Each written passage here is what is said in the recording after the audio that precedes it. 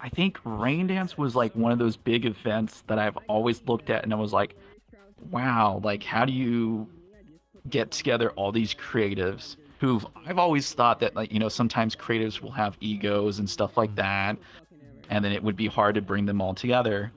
But Maria has done a great job. Welcome to Metaversedegen. I'm Lion.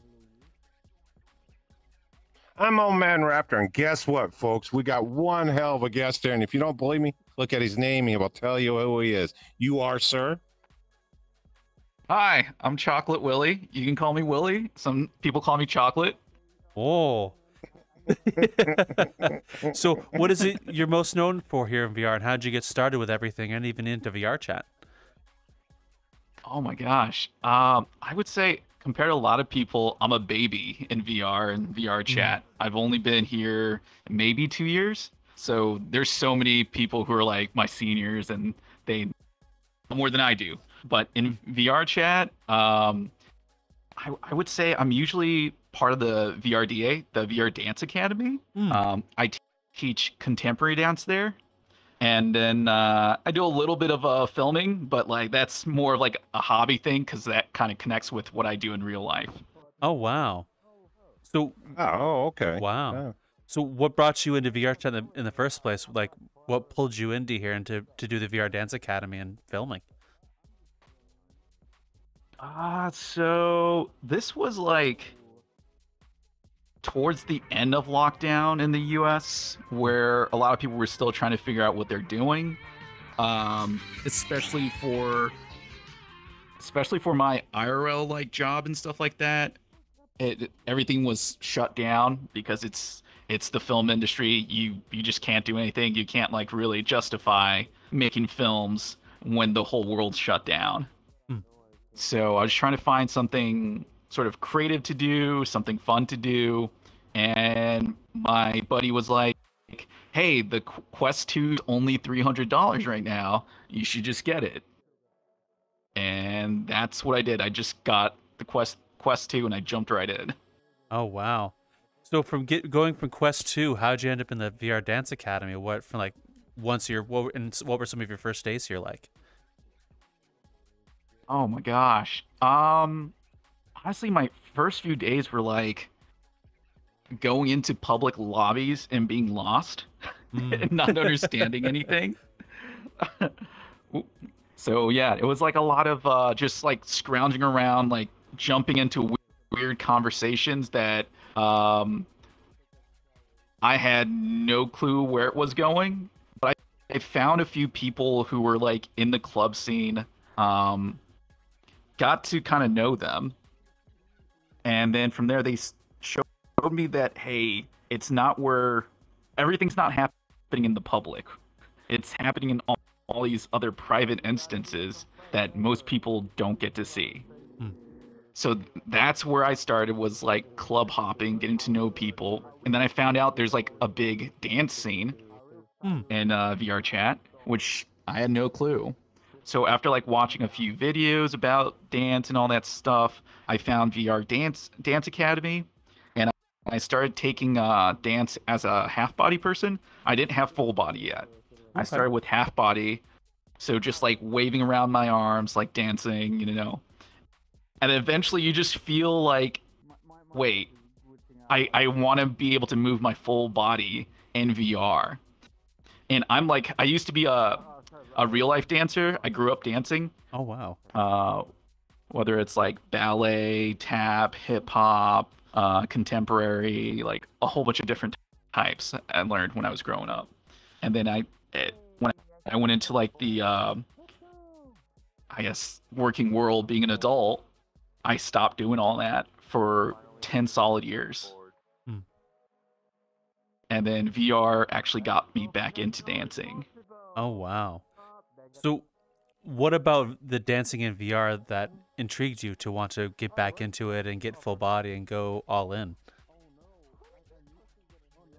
The fact that like, with dancing, there's a lot of downsides to dancing. You get sweaty. There are some classes where like the instructor tells you you don't get to drink your water, you don't get to go to the restroom while you're in my class. There's strict instructors like that. I mean, sometimes the smells that come from dancing. And then just like maybe people you don't really like dealing with. So just like going out, it's the same with like clubbing. Like there's so many downsides to the real life clubbing versus, you know, VR stuff. So that's what I really liked was like, okay, I can dance with all these people from all around the world, get to learn different styles, and like basically pay just a fraction. Just like it is so much cheaper in here than going out into the real world and taking a class. You know, that's something we've heard an awful lot about VR as well from like the filmmaking community, DJs, and so on. It's so much cheaper to get into whatever hobby you want here, or at least to get better at it here anyway before you take it out there. Whoa, that's actually pretty interesting. So where does VR dance stack up to the real world, to what you're used to prior in dancing? It definitely has its limitations. When you have like a small confined space that you can only dance in, I have like a space that's probably maybe average when it comes to VR dancing, but it's still small. If I'm doing like jumps and spins and all that kind of stuff, like I don't get to do too much because I'm confined in this small space. I also have 2 windows in my room that I can kick at any given point. So that's like a risk I have to think about. But yeah. Whoa, wait a minute. You got 2 windows that you can kick. That'd be a real bitch. You start swinging and all you got is your cord holding you up from the ground up from the window, no. right? That'd be dangerous. People would walk by going, there he is again, hanging outside of his window, trying to rely on that umbilical cord. It's not a rope, dude. You can't wash the windows like that. That's, you know, yeah, gotcha. Sorry, folks. Just double checking there. It's true. It's true. I hope that my pulley system keeps me off the ground. Off the ground or rejected back in so you don't go out the window and shoot back in and people think you're a bungee cord going back and forth like this in and out of your window going, what the hell is this shit? I mean, that neighbor of ours is just weird. He just keeps jumping in and back out and back in his window. We just can't figure out what's wrong with him. Great first impressions, you know. I'm all about that. Yeah, sorry, Chocolate. Sorry, Chocolate. Didn't mean to, you know, cut you off there on your spring step. Okay, no problem. Well, so that's actually a pretty interesting question, though. With VR dancing, how is it easy to appropriately dance and do your thing with this cord hanging about you all the time? You know, I've been actually quite fortunate compared to a lot of other dancers. I do a lot of spins and stuff too, but I'm very careful with my cord. I have it taped very well. I have sort of like a casing around my cord. It's like a kind of like a wire mesh that helps it like have a little bit more strength to it. That's why I've only needed to like change out my cord like once a year, which is like pretty good. I know dancers who will have to go through a cable like every 3 months or something like that. Oh, wow. Because of like how rigorous their movements are. And you know, if you're doing like break dancing or anything like that, you can't even have a cable. You have to use one of like the wireless features, like, you know, Quest 2, Quest 3, any of those. You know, I've always wondered that, seeing all the various VR dancers from all over, and even the choreographers and actors here, is this cord just seems like something really hard to work with when you're trying to do some amazing moves or show something specifically. So I appreciate, like, is there anything like technical if you don't have the mesh wire that you could do to like avoid this thing? I guess like, especially if you're doing choreography and stuff like that, you always have to like remember to like unwind yourself. So if I did 2 turns to the right, you also have to do 2 turns to the left to reset yourself. So there's that kind of limitation, or like something you have to think about that you didn't have to in the real world. Like as a choreographer, you have to like be like, okay, I've done this much, like be careful. Or like there's movements like this that I cannot do. Like I had to really go past my cable to do that. But you can't do like a full like scratch around your head. Okay. So Once you got into the VR dance scene, what were some of the things that surprised you upon entering, and what about it invigorated you? Oh, the VR dance scene. I think it's that like the VR dance scene is connected to so many other scenes. And that was like opened up for me quite a bit. For example, like improv. Like I never thought I would ever do improv, like improv comedy. And we have like a group called the Lala Llamas. So every now and then we'll do improvisation, do a lot of like there's dance improv, but there's also, you know, the comedic improvisation. So we did some like shows. We've worked with groups such as like Skits and Bits. They're like a big improvisation group there. What else? Art groups that we've been like connected with. Let's see here, the Life Drawing group. They're a great group that you, if you ever want to like go and draw, learn from like some of the best people who've basically learned in VR to do art. Yeah. They're a fantastic group. Music. There's a bunch of like musicians I got to know because of VR, you know, dancing in VR. DJs, a whole bunch of like very talented people that I never thought I'd get to like meet. Okay. So I have another weird question. We've asked another VR dancer, more or less because I'm personally interested.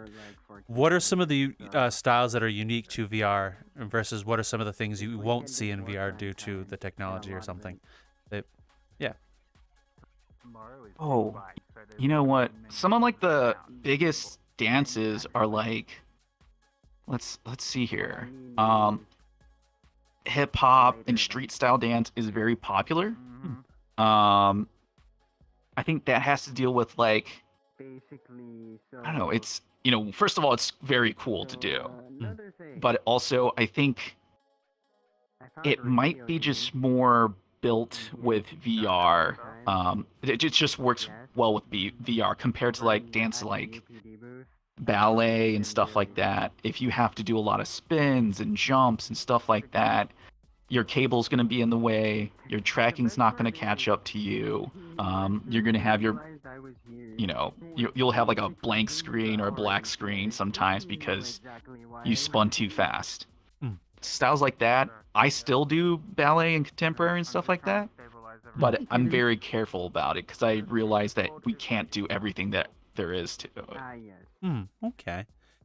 So, is there any unique styles you saw in VR for the first time, and what are some unique styles to real life that you haven't seen here? If it isn't Kage. Ooh, unique style. Zooming around. I mean, Dust Bunny does a lot of belly dancing. I did not grow around like belly dancers. It's something unique that I was like never even thought about, and it's just like as like a male, like belly dancing is not really a thing. Yeah. It's not geared towards, but because we're in VR, I felt much more comfortable like learning how to belly dance. Half of the sort of like the advanced belly dancers in the VRDA are actually all men. Like we're half women, half men. Like it's very balanced. Okay. And in the real world, you would like almost never have men doing belly dance. So I think there's like a different sort of like dynamic there. Okay, that's actually quite interesting. So the diversity in VR, what kind of things people are into here is very spread out. It's called the local police department. Very much so. Very much so. Police department. Just Okay. local. It's local. What from the VR dance scene? What led you into like doing film as a hobby, even though you do that in real life? May I ask? So in real life, I'm more of a filmmaker in the sense of I'm more of a producer. I work in production. I do a lot of like the behind the scenes stuff when it comes to money and all that kind of stuff. Here, I can be more on the creative side, where if I'm like filming something dance related, that's usually what I do is like make some choreography and then I'll film it, or I'll film someone else do something. So like VR has been a good chance for me to do something that that I've really wanted for over like, I don't know, 15 years, but I never got into it because sometimes in the film industry you get pigeonholed into like what you're good at, and that was like where they kept pushing me towards. Okay. So with that said, may I ask you another question, maybe not be what you're normally used to, but I'm kind of curious. How different is the filming communities here different from what you're used to in the real world? What is my coffee? Oh gosh. I think because the filmmaking scene, filmmakers are still very, it's very new, I think, because VR is very new. There's not that much ego involved with it so far, from what I've seen. A lot of people like to collaborate instead of compete, which is fantastic. And even if you're just coming off of like, you know, okay, I'm still new to VR, I'm jumping in, I want to get into filmmaking. There are different groups, different people who are technically, you know, experienced, and like usually in the real world, if you're experienced, you're not going to deal with a lot of the newbies. But here, they are more willing to talk with you, speak to you, and work with you. Okay. So you mentioned that you film dance routines and stuff like that. How different is the choreography and filming for that different from what you got to do for any other type of video? Have you ever done reenactment in the military before? Like since there's like a limited amount of space when it comes to... Yeah, so that's kind of what the yeah, that's kind of what they do. And so I totally get it. Yeah, so there's limited space within, you know, dance and stuff like that.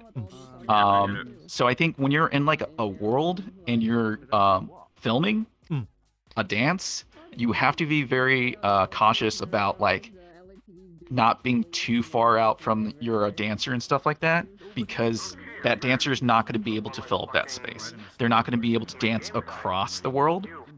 You have to do a smaller dance, or if you wanted to cheat it, you would have to like make it look like they're traveling across the world while they're dancing. So there's sort of that sort of restriction, because like you don't have a lot of space.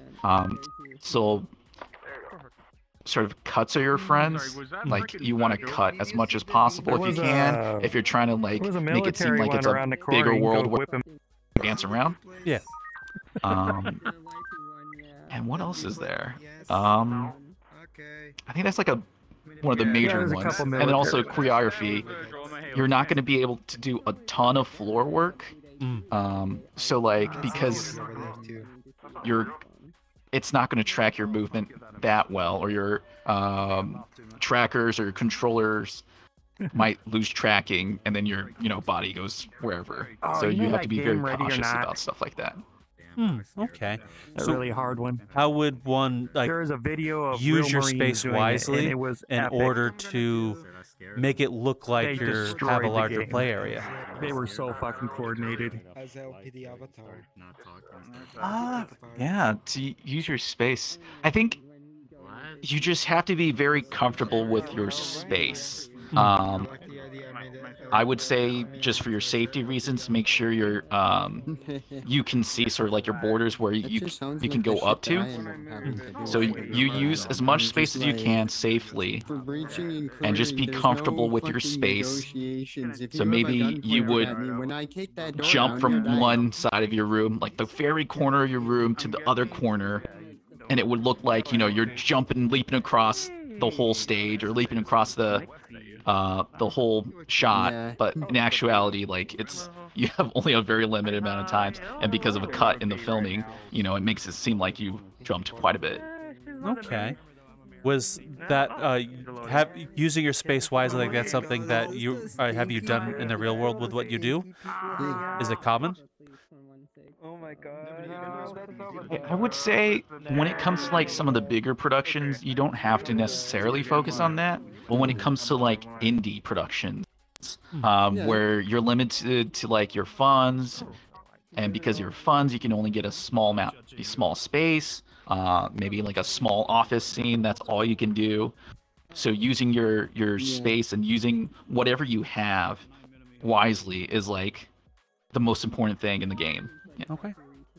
That's Cool. one thing that I So, asked. And like, I as have another no question for idea you as well, why what kinds Gamer of things in protected. VR were you able to take out of into the real world that you've learned here? Oh, let's see here. Yeah. So, Here we go. I'm here now. I think VR is so early and so unique, and a lot of people don't know this exists. So I've actually been showing some of my like film coworkers and friends a little bit about the VR space, and it's blown their mind away because they don't think it's developed enough yet. You know, they think it's like, oh, it's still gonna be like some stick figures and that's it. They don't realize that we have all these avatars, we have all these worlds that are built, and a lot of the times it's built for free. And there's so many artists, so many like creative people, and very interesting people who are doing a lot of work that isn't recognized. And I've been like slowly showing some of my professional friends and stuff about all the different work. And then also recently, I was part of the Rain Dance Immersive. The Rain Dance Festival is like a film festival in London, but then because of VR, you know, we can attend certain things, be part of the immersive program, and you get to see other people's films. And it's been I feel like it's been a great segue, or like a great way for a lot of people to see what we do in the VR world and what can be applied to the real world in a way. It's very early, but Well, for those who may not know what you did with Rain Dance, what did you do alongside Rain Dance, and what was your opinions and thoughts on the whole process of going through and what you saw there? oh yeah, for Rain Dance, so there was like two nominations that I was part of. One was called Shadow Canyon with the VR Dance Academy. Shadow Canyon Puppeteer's Tale, just about a puppeteer sort of losing faith in himself, being able to perform with his puppets, and then because of a mystic, being able to bring the puppets to life. He's able to like sort of see that, you know, there's much more to life. There's sort of like the puppets show him like, hey, you know, you can do this. You know, you're not alone. There's a lot of like good messages within the show. I don't want to. I'm trying to like be like as sort of vague as possible. So like, because I think the VR Dance Academy is gonna probably do another show for people who weren't able to go to Rain Dance, because Rain Dance you had to like reserve a spot and then go to it. So for those who weren't able to reserve a spot, a lot of the Rain Dance submission people have actually said that, okay, we'll do another show. The other one that I was part of was with ChocolateWilly. We had a little project where we had a live music experience where I was sort of doing the visuals while dancing. And it had a very Alice in Wonderland theme. I don't know if we're going to do another one of that, just because it was very much live, and it's very hard to sort of like redo the same thing. It won't be exactly the same because a lot of it was improv. When it came to like dancing, there was beatboxing, there was coding that was turned into music. There was a bunch of like different things. Okay. Now, I got a line. Lion, I got one. I got one for you. In the process of doing your dancing and your filming and everything, between the two of them, which one is the hardest one do you think of when you're doing it? Oh, wow. It's funny because probably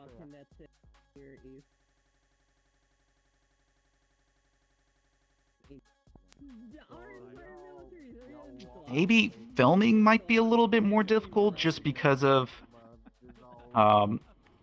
editing is not my thing whatsoever. So once you film all your content and you go into edit, I'm not always thinking about what I need to have filmed for the edit. Or, you know, this is a really, really bad way to think about it. Sometimes I'll be like, all right, maybe if I go to post or when I get into the editing stage, like, I'll figure it out, which is a very bad way to do things. And I've had to, like, really, like, start working on that, like, been like, no, I need to make sure I prep before, well, film it, and then make editing as easy as possible, just because editing is my weakest point. But yeah. Okay. Now, I would like to ask you another question on Rain Dance as well. For both those submissions you told us about, what was the experience like versus what you were anticipating it being like if you've never been in Rain Dance before? So I've attended Rain Dance.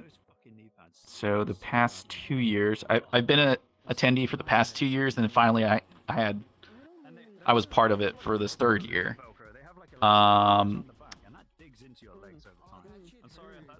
I think Rain Dance was like one of those big events that I've always looked at and I was like, wow, like how do you get together all these creatives who've, I've always thought that, like, you know, sometimes creatives will have egos and stuff like that, and then it would be hard to bring them all together.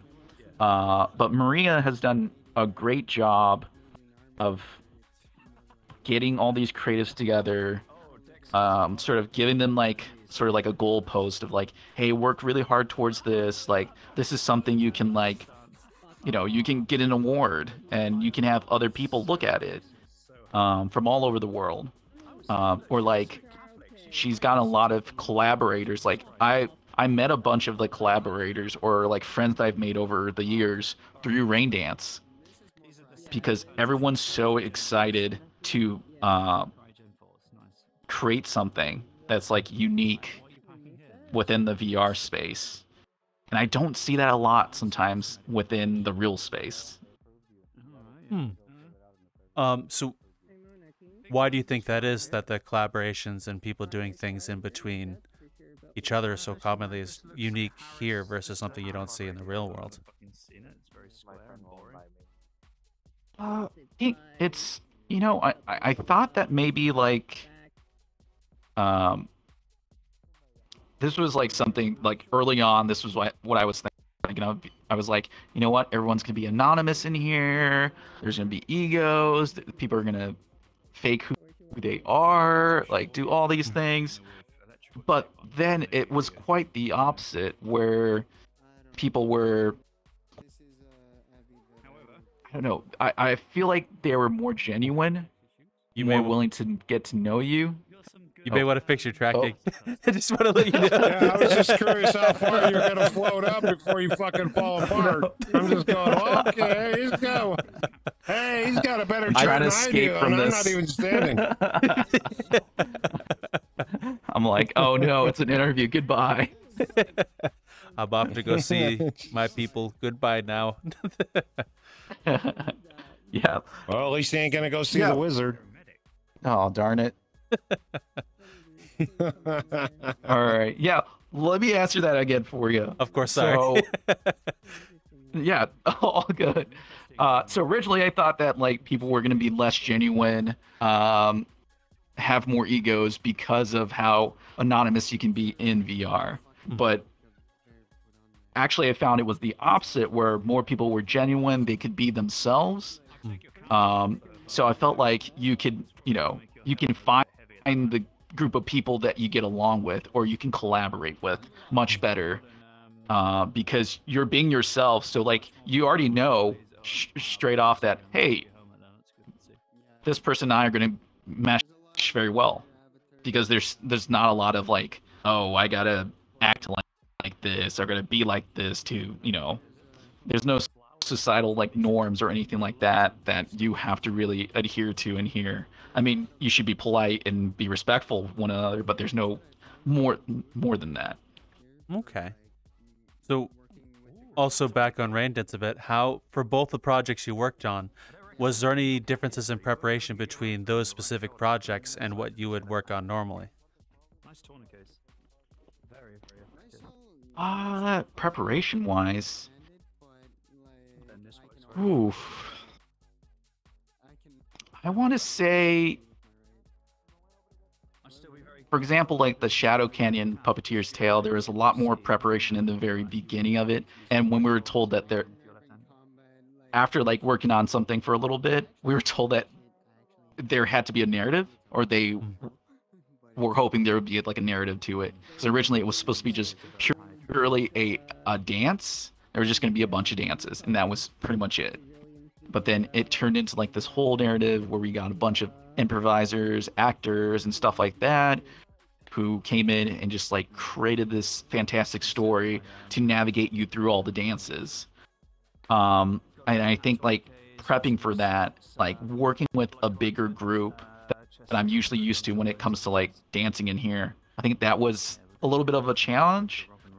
But also, I did at some point have to like recuse myself of a lot of responsibility just because my real life job got really intense.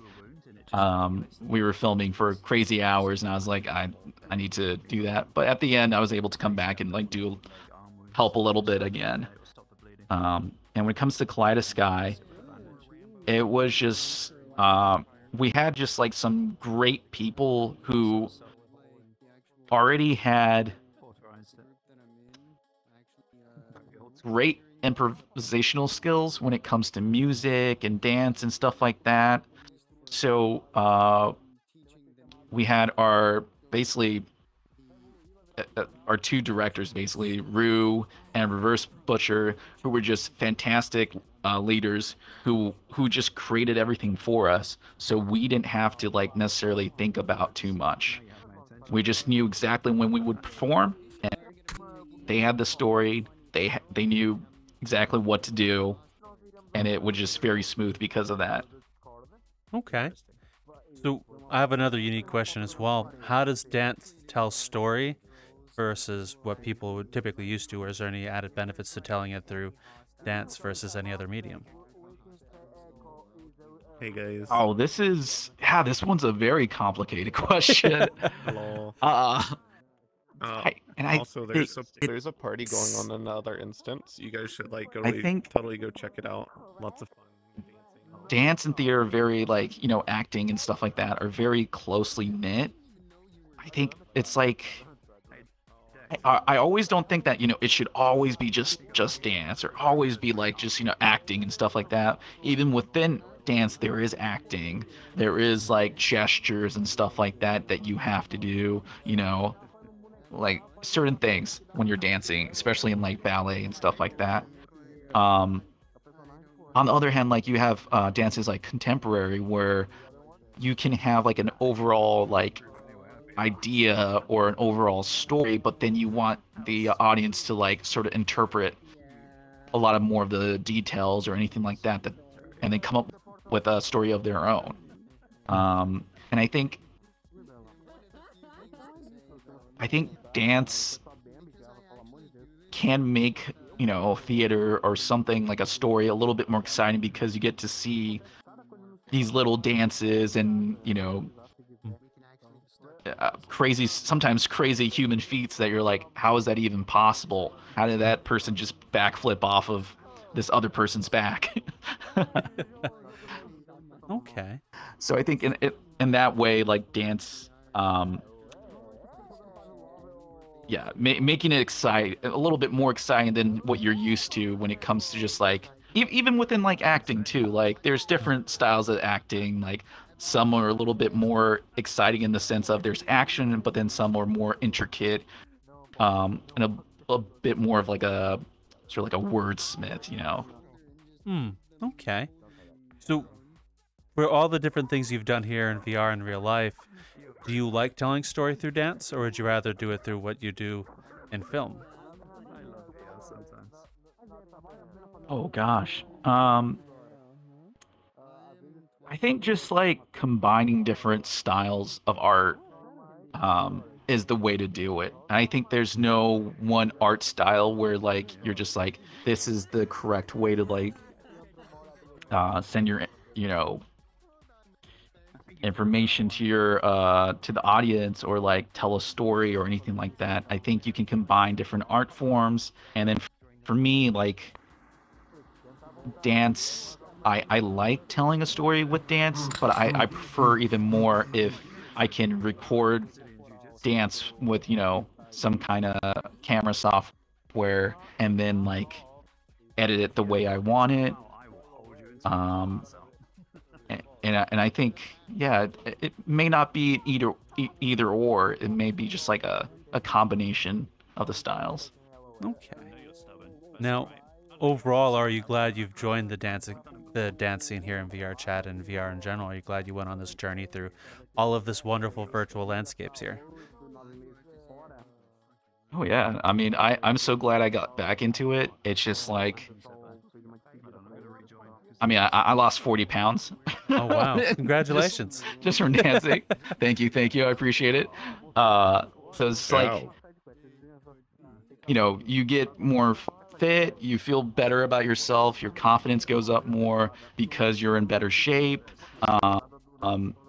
If I'm like climbing up the stairs, I'm not that winded, or my knees don't start hurting as much. I've gotten to like meet some fantastic people in the dancing community, people who you would like never think would be in class. Some of my closest friends are much older than the average VR chat user, and I never thought I'd be friends with them. Just the dance community has opened up so much for me. I hope like that journey just continues. So how's your experience here in VR through Rain Dance, VR Dance Academy, and filming in VR? How has that changed your views at all over in real world, whether it's in your day-to-day life or anything else? If it has. Yes, like a little bit of stop being as judgmental, or just like if I see, an old man like walking down the street, sometimes I like to be like, you know what? I bet he works at this job. He's got this many people in his family. There's like stories that I can come up with in my head, but then like because I came into VR, I'm like, know exactly what his story is. Like I don't want to like guess what his story is. I want to know exactly what his story is, because I've met some fantastic people in here that if I met them in real life, I'm not even sure I would like talk to them or get to be friends with them at all. Okay. So thank you for explaining all that. I appreciate hearing your personal views on how that has affected you. As well, when I can dip back into Rain Dance a bit, so I do appreciate your time there. Was the experience anything like what you were used to going through it?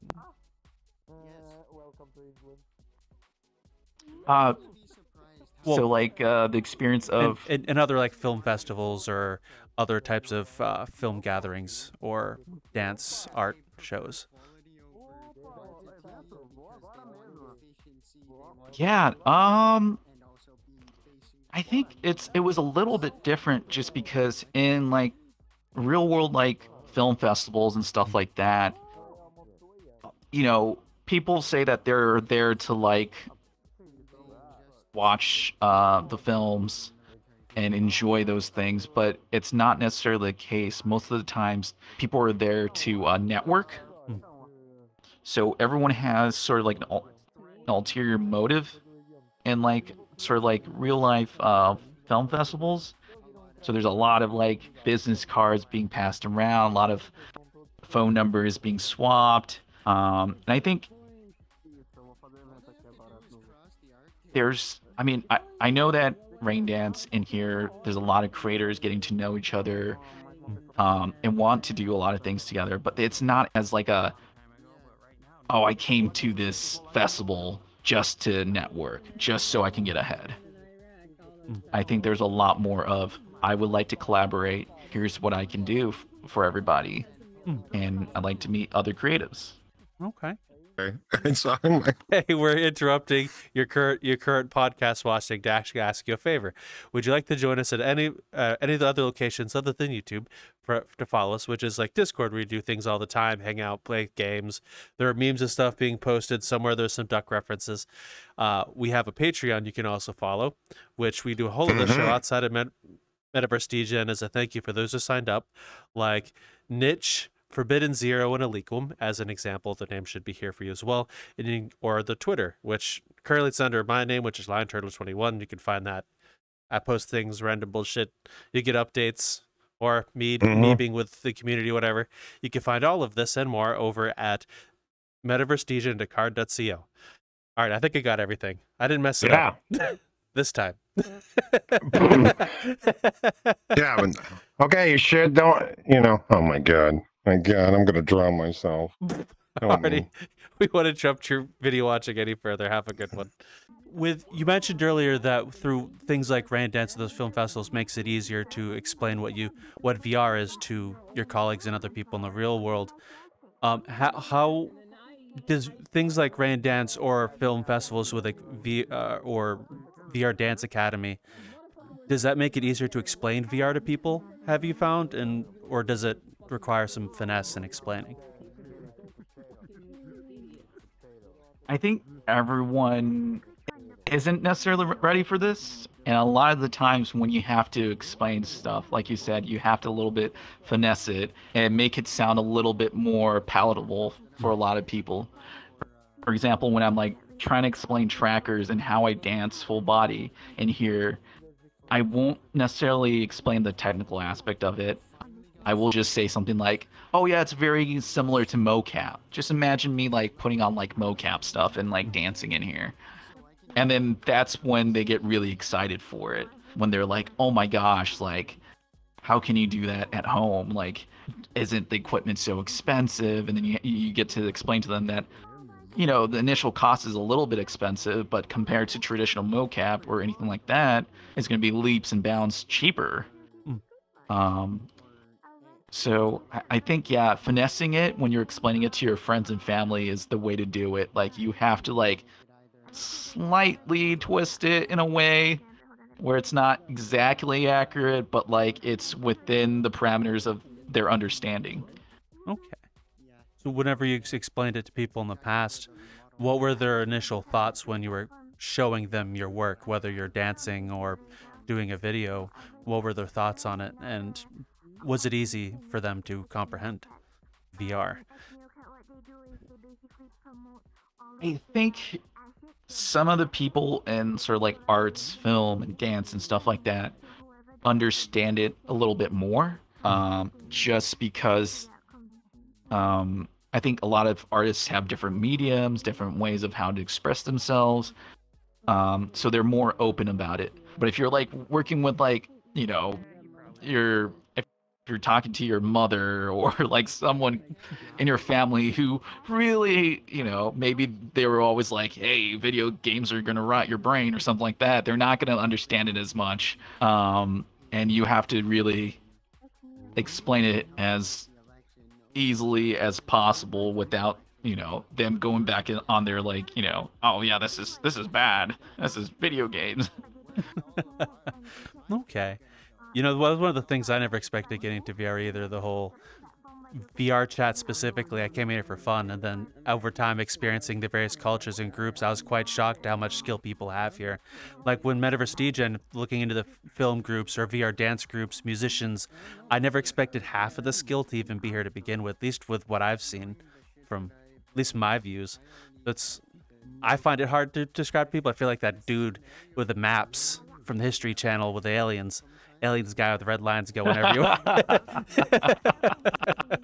I totally get it too.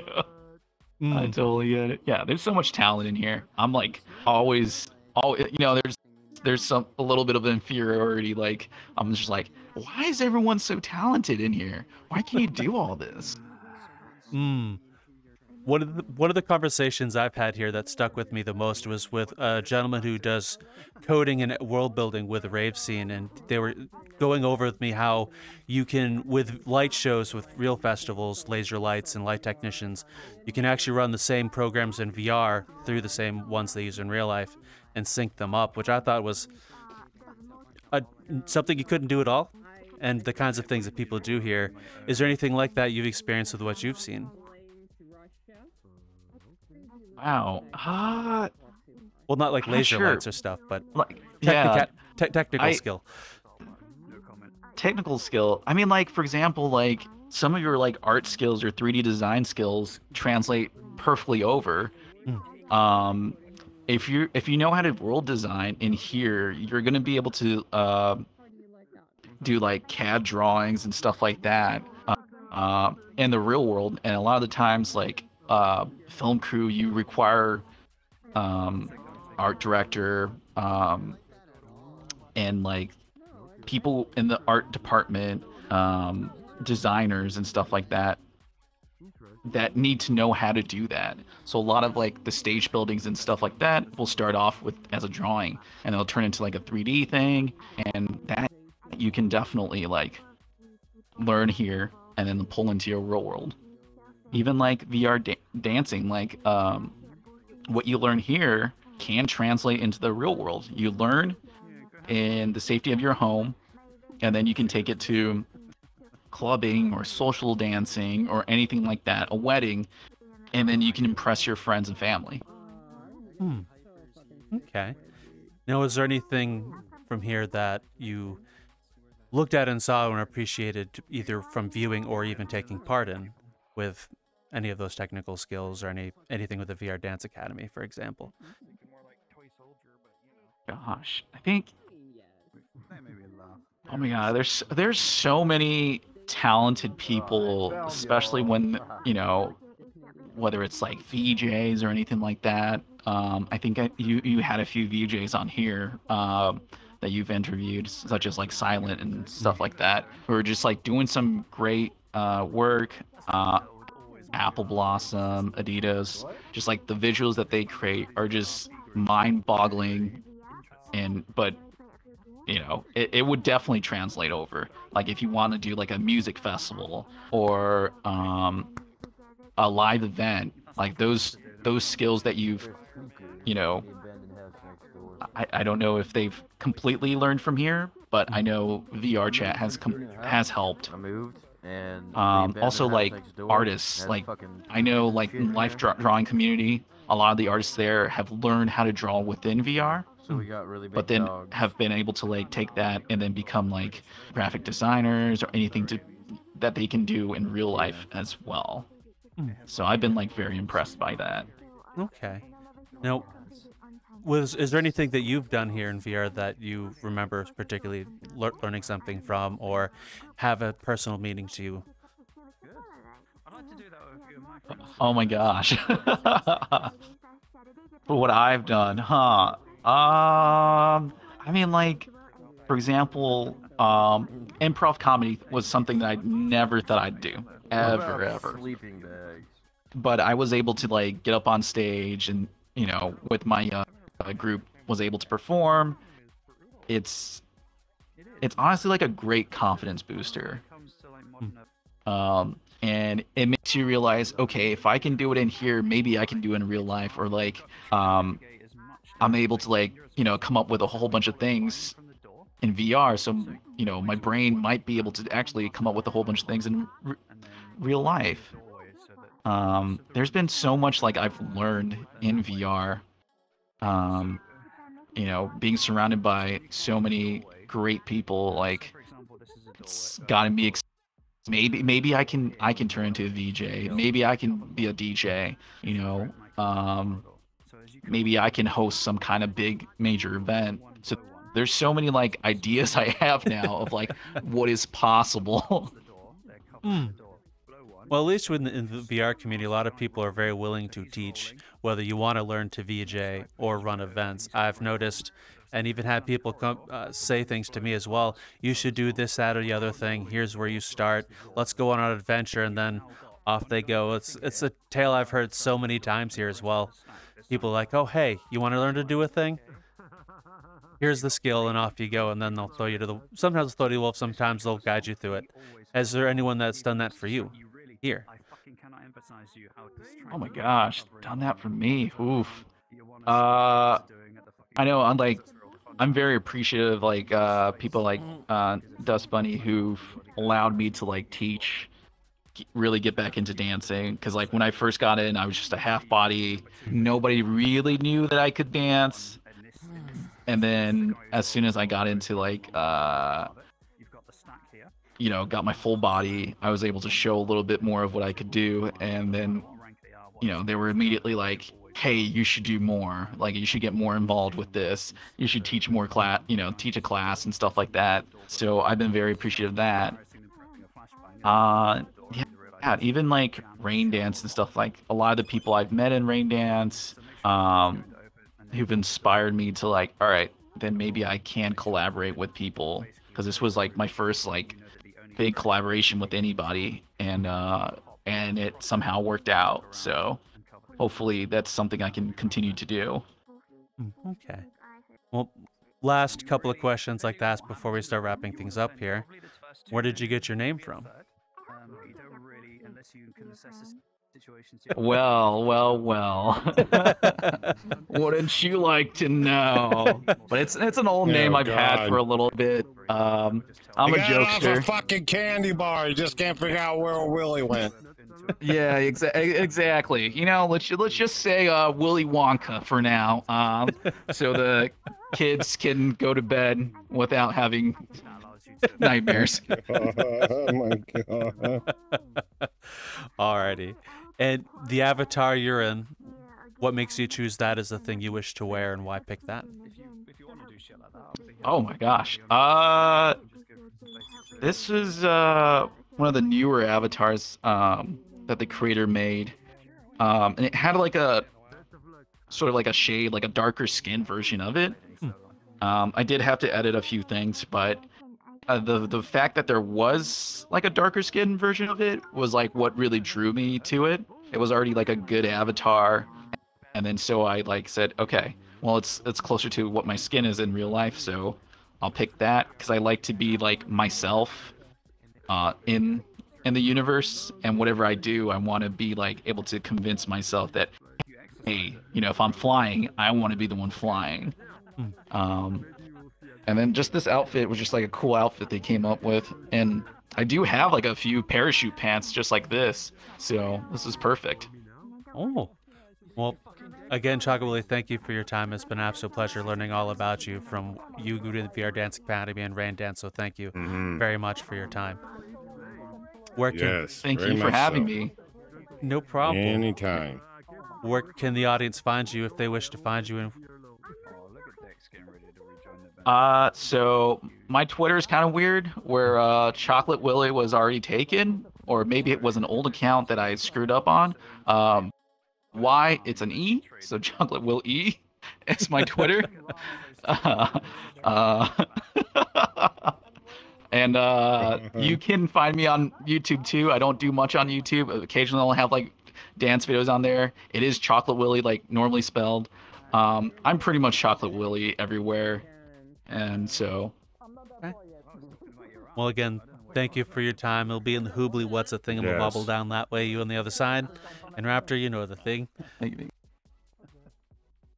Yeah, folks, no matter what you are in VR, if you got some name or some way of being known as named after a chocolate bar, and you have an issue of what might be the best flavor, do us a favor. Send us what you think the weirdest name you ever say, and give us a little info on it. And if you do, make sure it's not too heavy on the chocolate. You know how it is. We'll talk to you later. Have a good one. Bye, folks.